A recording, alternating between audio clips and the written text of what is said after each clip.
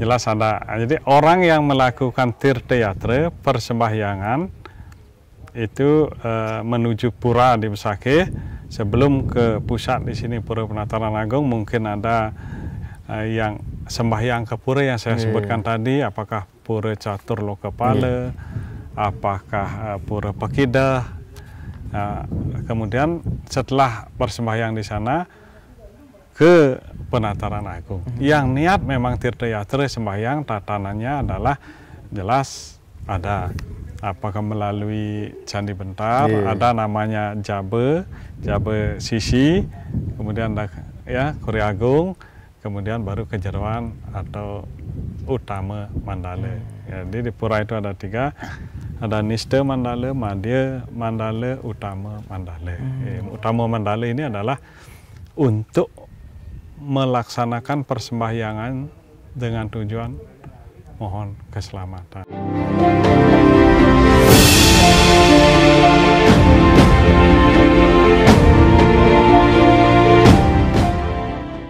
Om Swastiastu, salam rahayu pemirsa Hindu Channel dan juga umat Hindu yang ada di Pulau Bali.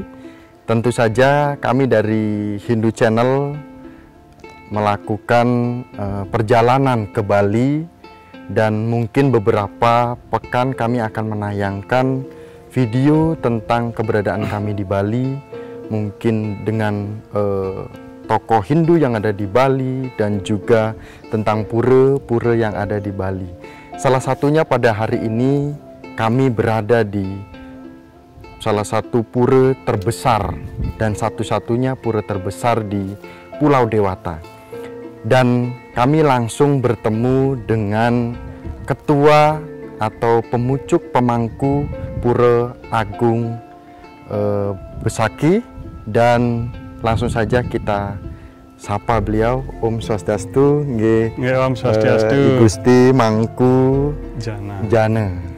Astungkara jero kami diberikan kesempatan dan tepat sekali keberadaan kami hadir langsung bertemu dengan Jero Mangku. Astungkara sehat-sehat. Nah, Jero Mangku niki tentu saja banyak sekali pemirsa Hindu Channel yang bertanya-tanya dengan beberapa hal, karena Pura Besakih ini sangat mistis sekali bahasan seperti itu.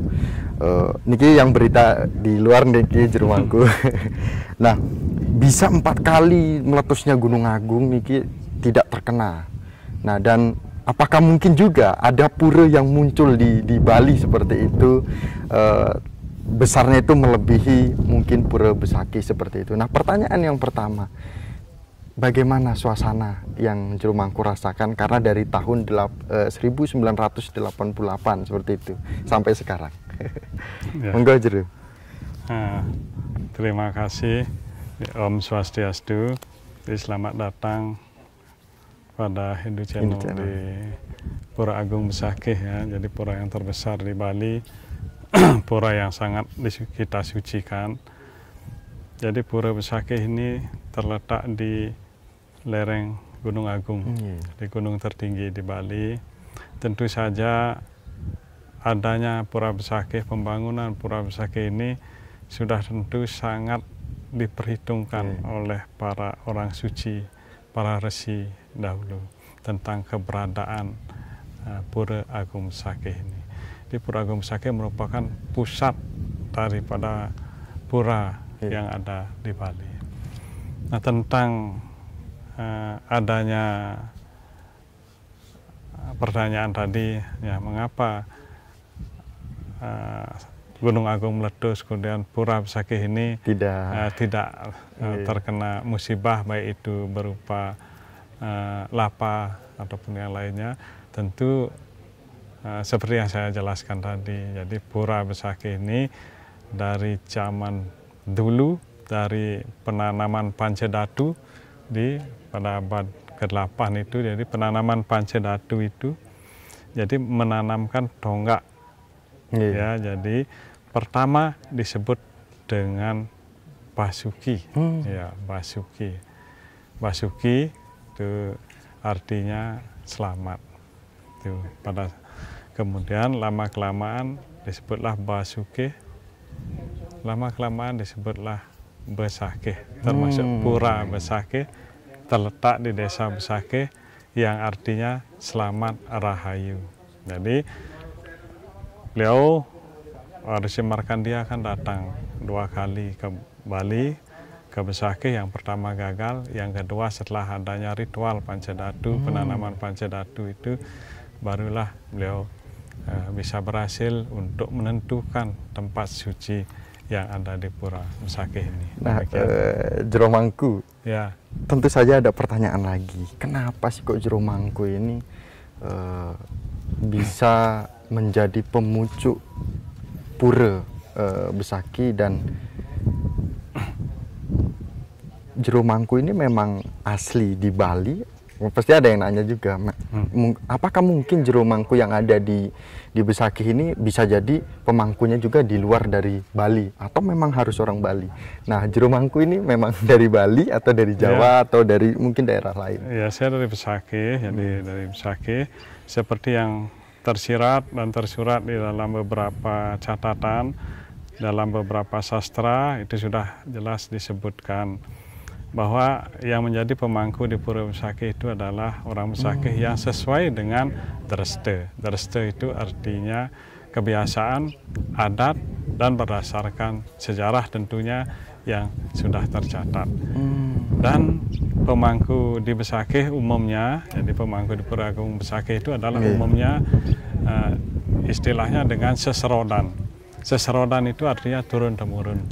Ya, jadi sudah merupakan kewajiban dan ayah-ayah secara turun-temurun. Jadi kita tidak boleh lepas untuk istilahnya ngayah dari zaman dahulu. Kalau saya sendiri adalah mulai pada tahun 1988 menjelang upacara besar Pancawali Kerama tahun 1989 itu. Jadi saya kira pertanyaan tadi, apakah ada nanti pura yang lebih besar, lebih suci, ataukah lebih lengkap, lebih kompleks dari apa namanya tatanan yang ada di Besakih? Jadi saya kira tidak ya, karena Pura Besakih ini secara keseluruhan tersebar di wilayah yang luas. Ini namanya Pura Penataran Agung. Karena Pura Besakih itu adalah dari namanya Pura Pesimpangan yang paling bawah sampai yang paling atas namanya Pura Pengubengan. Yang paling atas namanya Pura Pengubengan, yang terdiri dari ada namanya Pura Caturlo Kepala, artinya di penjuru mata angin. Ada di timur, selatan, barat, utara. Kan gitu ya. Di timur ada Pura Gelap, di selatan Kiduling Kertek, di barat Pura Ulung Kukul, di utara Pura Batu Madeg, di tengah inilah Pura Penataran Agung. Ada yang namanya Pura Pekidah seperti tadi. Pagar Pekidah itu kalau misalnya bahasa Indonesianya napi nih? Pagar Pekidah itu. Pagar. Pekidah itu ya, dia lengkap. Juga sesuai dengan Iste Dewata. Ya, fungsinya nanti ada sesuai dengan fungsi masing-masing. Jadi seperti baru kita masuk dari bawah, ada ketemulah Pura Manik Mas. Pura Manik Mas itu fungsinya adalah untuk menyucikan diri, untuk melukat, menghilangkan male, ya, menghilangkan male. Termasuk ini juga dari zaman raja dulu sudah, artinya raja itu turun sebelum Pura Manik Mas, kemudian berjalan menapaki pura selanjutnya. Itu kemudian Pura Pekidah itu banyak, makanya saya sebutkan tadi. Mungkin waktunya sangat sedikit, sangat banyak ya di Pura Pekidah, termasuk juga lengkap ya fungsi-fungsi pura itu. Jadi dari Pura Pesimpangan sampai Pura Pengubengan itu jadi kurang lebih 6 km ya. Jadi gugusannya sangat besar. Ampun Jero Mangku, ini sebenarnya luas dari mungkin umum nih pertanyaan nih di umat Hindu pasti, dan mungkin banyak yang menyaksikan. Ini apakah akan memungkinkan bahwa luasnya Pura Besakih ini akan bertambah, atau memang sudah dari dulu ya harus batasnya segitu?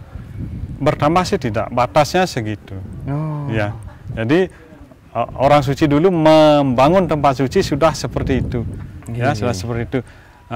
Cuma mungkin ditambah fasilitas, bukan pelinggih utama. Fasilitas yang saya maksud, dulu hanya ada pelinggih, kemudian tidak ada pesandekan atau tempat istirahat sebelum melakukan persembahyangan, tempat menata upakara Banten itu dulu kan tidak ada, sekarang dibuatkanlah seperti itu. Tempat sulinggih atau pandita atau orang suci memuja dulu tidak ada, sekarang dilengkapi. Tetapi pelinggihnya itu tetap tidak boleh ditambah karena itu sudah merupakan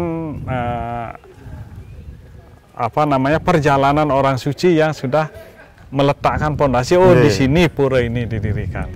Demikian. Pantas sekali Juru Mangku memahami karena secara lahirnya Juru Mangku sudah di sini gitu kan. Kalau memang udah diutus secara sastranya disebut secara aturannya bahwa yang harus menjadi pemangku adalah yang memang dari Besaki. Nah, kemudian menjadi pertanyaan lagi, apakah benar pintu ini, pintu utama dari Pura Besaki ini ada kaitannya dengan Pura Uluwatu berhadapan atau seperti apa? Mungkin itu ada informasi seperti itu. Nah, hari ini kita langsung tanyakan kepada Juru Mangku. Ya, jadi sebenarnya Pura Besaki itu terkait semua dengan pura yang ada di Bali. Apakah termasuk Pura Pekidah yang saya sebutkan tadi, termasuk juga dik-widiknya. Jadi seperti tadi saya sebutkan ada di timur, ada di selatan, ada di barat, ada di utara. Kemudian kalau sekup namanya Padma Kembang. Padma itu artinya bunga tunjung ya. Padma kuncup seperti yang saya sebutkan tadi. Padma Kembang di Bali ini, di timur adalah Pura Lempuyang. Di selatan Pura Andekase, di barat Pura Uluwatu. Ya. Ini memang benar berhadapan. Di barat Pura Watu Karu yang disebutkan tadi Uluwatu kan belum saya sebutkan ya. Saya ulangi, jadi di timur itu adalah Pura Lempuyang. Udah tahu deh? Udah pernah ke sana? Udah Lempuyang luhur sudah. Yang selatan itu adalah Pura Andekase. Kemudian yang barat Pura Watu Karu, yang utara Pura Batur. Nanti saya sebutkan lagi dik-widiknya atau penyirangnya ya. Penyirangnya itu seperti yang di Tenggara itu adalah Pura Gua Lawah. Ya, kemudian yang di barat daya ini adalah Pura Uluwatu. Ini yang disebut tadi berhadapan ya. Berhadapan ada air sania timur laut termasuk Besaki. Ya, timur laut air sania kalau bahasanya. Jadi sebenarnya ini menghadap ke barat daya ya, menghadap ke barat daya. Kalau di Hindu, di Bali kan meulu ke gunung ya. Kemudian ada di barat daya itu pintunya itu adalah dengan Besaki. Jadi Uluwatu dengan Besaki. Kemudian ada di barat laut itu namanya adalah yang Puncak Mangu. Puncak Mangu ya, yang ditinggal itu. Besaki menempati timur laut sebagai ulu ning jagat Bali, juga menempati tengah Madya Nikang jagat Bali. Demikian. Nah, kemudian Juru Mangku, jika memang ini berkaitan, tentu saja umat Hindu yang akan melaksanakan tirta yatra ke Bali tentu saja tidak terlepas dari Pura Besaki. Nah, apakah ada tatanan atau aturan tertentu dalam kita melaksanakan tirta yatra khususnya umat Hindu? Tentu ada yang kita berbicara umat Hindu, ada yang tujuannya niat dari rumah untuk sembahyang di Besaki atau di pura yang ada di Pulau Dewata. Ya. Nah, kemudian ada juga yang saya sudah niat sekali ya di sana karena banyak yang mengabadikan momen-momen menarik. Saya cuma pengen ini udah pulang gitu, nggak ada persembahyangan. Nah, apakah ada tatanan-tatanan tertentu atau aturan tertentu Juru Mangku? Ya, jelas ada itu. Jelas ada. Jadi orang yang melakukan tirta yatra persembahyangan itu menuju pura di Besaki, sebelum ke pusat di sini Pura Penataran Agung, mungkin ada yang sembahyang ke pura yang saya sebutkan tadi, apakah Pura Catur Lokapala, apakah Pura Pekidah, Nah, kemudian setelah persembahyang di sana ke penataran agung. Yang niat memang Tirta Yatra sembahyang, tatanannya adalah jelas ada.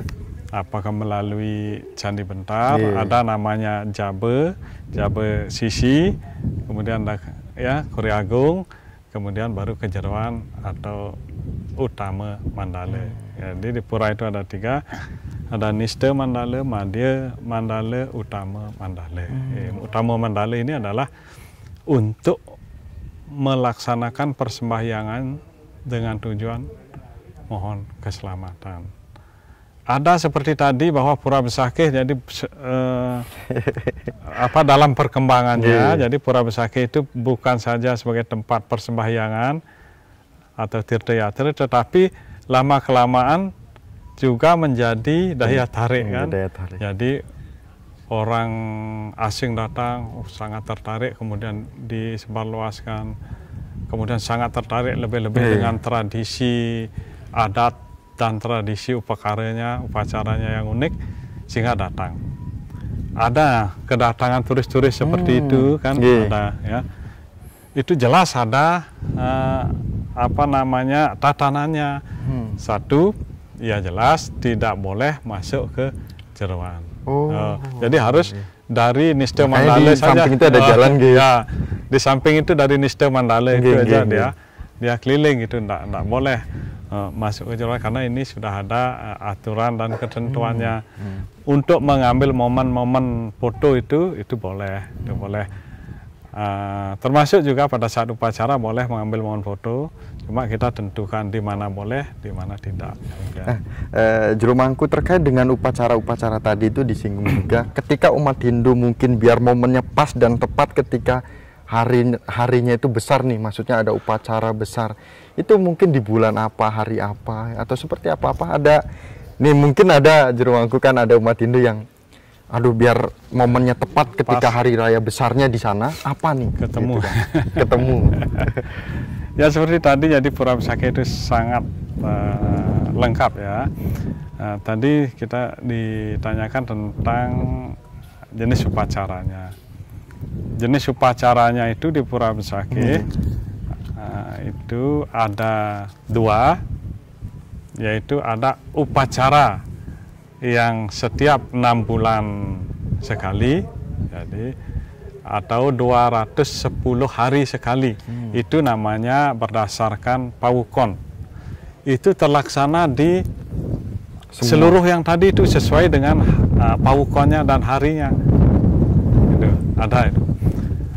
Kemudian ada yang berdasarkan sasih. Sasih ini adalah dari awal ini ya, sasih kase itu ya. Jadi sasih kase, karo, ketiga, keempat, kelima, keenam, kepitu, jadi keulu, kesange, yaitu kedasa, jista, sada, ada itu semua. Semua baik purnamanya, baik tilamnya itu di keseluruhan pura yang saya sebutkan tadi pasti ada upacaranya itu. Terus ada namanya upacara yang besar, jadi setahun sekali, itu namanya upacara Ida Betara turun kabeh. Kabeh itu artinya lengkap, banyak. Jadi Ista Dewata, jadi Ida Betara yang kita sungsung, yang disertanakan di semua pura yang ada di Besakih, apakah Pura Catur Lokapala, apakah Pura Pakidah, itu semua tedun di sini. Turun, tedun itu pada purnama sasih kedasa, atau sekitar bulan April ya. Bulan April. Ya sekitar bulan April. Umat Hindu pada sasih kesange tilamnya itu melaksanakan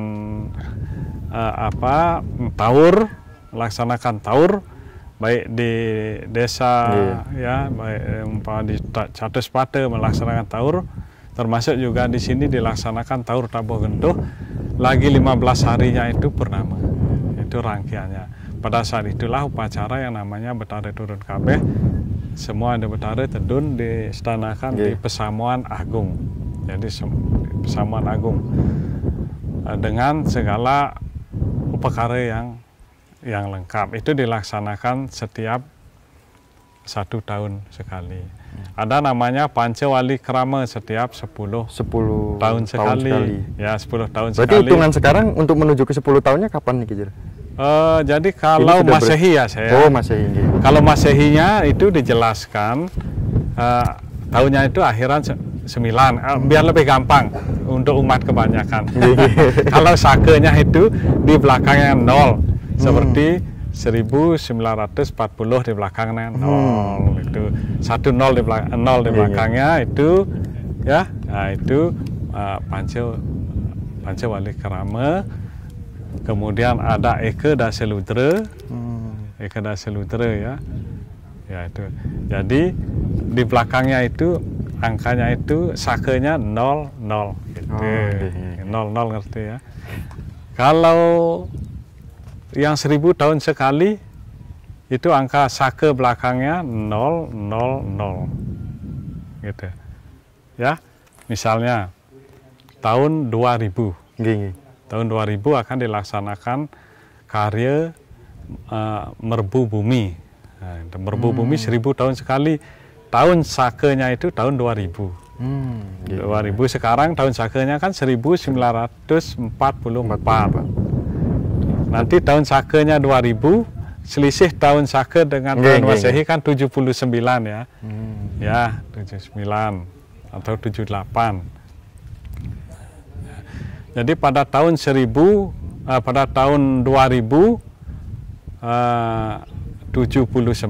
itu dilaksanakan upacara yang 1000 tahun sekali siklusnya. Jadi upacara merbu bumi. Gitu. Ini jarang diketahui tentu ya, dengan umat Hindu. Beberapa tokoh Hindu pasti mengetahui. Ya. Nah mungkin anak-anak generasi Hindu ini baru tahu nih. Ini kan siklus, siklus tahun, siklus tahun kan. Ada juga upacara yang sifatnya Padgata Kala. Padgata Kala. Itu pada saat-saat tertentu. Ya kayak dulu misalnya ada musibah yang disebut Guru gitu. Nah, jadi wajib dilaksanakan upacara Padgata Kala. Ini apakah sudah terdeteksi atau sudah tahu nanti di kapan hari-hari tertentu? Nggak bisa ke depan. Kalau ada upacara seperti waktu ini kan ada apa namanya Gering Agung, ada COVID-19. Nah, kita secara niskala memohonkan ada upacara Padgata Kala gitu. Nah, Jeromangku, ini durasinya berapa menit? Nah, boleh. Karena apa namanya? Kalau sampai kita hanya mungkin 15 menit, nggak akan dapat momen sekali. Karena mungkin ini yang ditunggu-tunggu dan dinantikan oleh pemirsa Hindu Channel. Kemudian, mohon maaf nih ya, mungkin ada pertanyaan yang mungkin melenceng sedikit atau tidak sesuai dengan diskusi tadi. Tapi ketika ngobrol seperti ini ingin ditanyakan, Jero, apakah Jeromangku juga mendapatkan wangsit tentang umat Hindu itu kedepannya harus seperti apa, atau bagaimana umat Hindu itu baik itu di Bali, di Jawa, di daerah lain, mungkin apakah ada wangsit seperti itu, Jero? Ya. Di Pura Besaki. Saya kira secara umum, jadi umat Hindu baik yang ada di Bali ataupun di luar Bali itu sudah jelas kita harus bakti ring widi. Itu dijelaskan. Bakti ring widi ataupun melaksanakan sujud bakti kepada ide Sang Hyang Widi, wujud bakti kepada ide Batara, ya, Batara itu yang melindungi, wujud bakti kepada para dewa, wujud bakti kepada leluhur. Itu sudah ajarannya seperti itu, ada di Ramayana. Kemudian juga kita harus asih kepada sesama, ya, asih pada sesama, apakah fakir miskin, umat yang kekurangan, itu asih kita. Kemudian saling hormat menghormati, yaitu yang kita sebut saling asih. Gitu, saling. Jadi ada ajaran namanya asih punya bakti, kan itu ya. Nah, itu yang tadi disebutkan sudah jelas. Dharma lupeng pitra puja. Artinya juga jangan lupa memuja kepada leluhur. Ya. Lan suwe gotra kabeh, artinya asih kita terhadap sesama, termasuk juga kepada keluarga. Itu inti dari salah satu ajaran agama Hindu. Di samping yang lainnya ada Trikaya Parisuddha, ada Pancasrada, ya ada Tripararta, dan yang lain-lainnya itu nanti dapat diimplementasikan ya di masyarakat Hindu khususnya gitu ya. Nah, menjadi pertanyaan lagi Jero, mungkin apakah ada mantra khusus nih Jero ketika umat Hindu kita itu melakukan persembahyangan di Pura Agung Besaki? Mungkin mantranya seperti apa jika memang ada dikhususkan seperti itu? Ada yang mantra khusus tergantung kepada orang yang sembahyang. Karena orang sembahyang satu secara umum adalah mohon keselamatan. Ada yang kedua di sini, misalnya ada upacara yang namanya mendak nuntun. Mendak nuntun atau ngajar-ngajar atau nangkilang, kan ada habis upacara ngaben, itu ya, upacara ngaben dilaksanakanlah itu upacara mendak nuntun. Mendak nuntun itu juga khusus. Ada namanya upacara apa ini? Oh, naur sesangi. Naur sesangi itu misalnya begini. Dia tinggal di luar Bali bersama orang tuanya, sudah misalnya sampai lama, belum pernah ke sini. Kemudian dia itu sesangi, begini, saya sehat dan sebagainya, saya sangi karena belum pernah datang ke Besaki, harus datang sembahyang ke Besaki. Gitu. Ada juga hal-hal yang khusus sifatnya. Ada khusus sifatnya, dia mohon dulu mempenauran, karena beberapa terdahulu gitu ya, jadi sampai keturunan sekarang, jadi leluhur yang dulu belum pernah tangkil, kemudian masih di sini. Di ketunasan atau kepada orang pintar, oh itu masih di Besaki, sekarang tunas, tuntun gitu.